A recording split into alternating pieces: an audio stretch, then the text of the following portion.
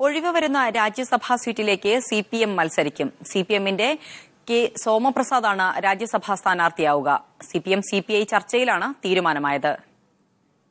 CPM ഉഭയകക്ഷി ചർച്ച കഴിഞ്ഞു. രാജ്യസഭയിലേക്ക് സിപിഐഎം മത്സരിക്കുന്നു. സജീഷ് ഉണ്ട് വിവരങ്ങളുമായി തിരുവനന്തപുരത്ത് നിന്നും. സജീഷ്, എന്തൊക്കെയാണ് വിവരങ്ങൾ? ഏതെല്ലാം പേരുകളാണ് യോഗത്തിൽ ഉയർന്നു കേട്ടത്?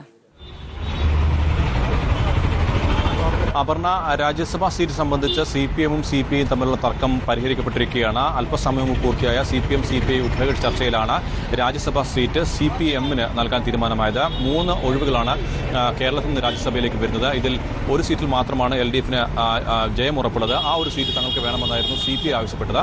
ഇതുമായി ബന്ധപ്പെട്ട് കഴിഞ്ഞ ദിവസം നടന്ന ഉഭയകക്ഷി ചർച്ച പരാജയപ്പെട്ടിരുന്നു. തങ്ങൾക്ക് സീറ്റ് വേണമെന്ന് സിപിഎമ്മും സിപിഐയും ഒരുപോലെ നിലപാടിൽ ഉറച്ചു നിന്നതോടുകൂടിയാണ് ഇന്ന് വീണ്ടും ഉഭയകക്ഷി ചർച്ച നടത്താൻ തീരുമാനമായത്. അല്പസമയം മുമ്പ് ഈ ചർച്ച പൂർത്തിയായി. ഈ ചർച്ചയിലാണ് രാജ്യസഭാ സീറ്റിൽ LDFന് ജയിക്കാൻ കഴിയുന്ന ഒരു സീറ്റ് സിപിഎമ്മിന് തന്നെ നൽകാൻ സിപിഐ വിട്ടുവീഴ്ച ചെയ്തത്.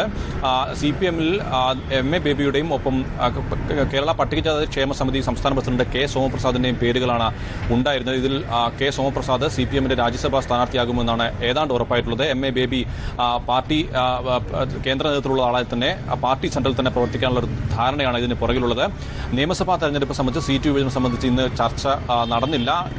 നാളെ LDF യോഗം ചേരുന്നുണ്ട്. അതിനുശേഷം വീണ്ടും 14-ാം തീയതിയായിരിക്കും നിയമസഭാ സീറ്റ് സംബന്ധിച്ച് സിപിഎം സിപിഐ ഉഭയകക്ഷി ചർച്ച നടക്കുക. ഏതായാലും രാജ്യസഭാ സീറ്റ് വിട്ട് നൽകിയതിന് പകരമായിട്ട് കൂടുതൽ നിയമസഭാ സീറ്റുകൾ സിപിഐക്ക് നൽകും എന്നൊരു സൂചനയുണ്ട്.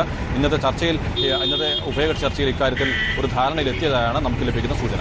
ഒഴിവരുന്ന രാജ്യസഭാ സീറ്റിലേക്ക് സിപിഎം മത്സരിക്കും. സിപിഎമ്മിന്റെ കെ സോമപ്രസാദിനാണ് സാധ്യത. വിശദാംശങ്ങളാണ് കെ സജീഷ് നൽകിയത്.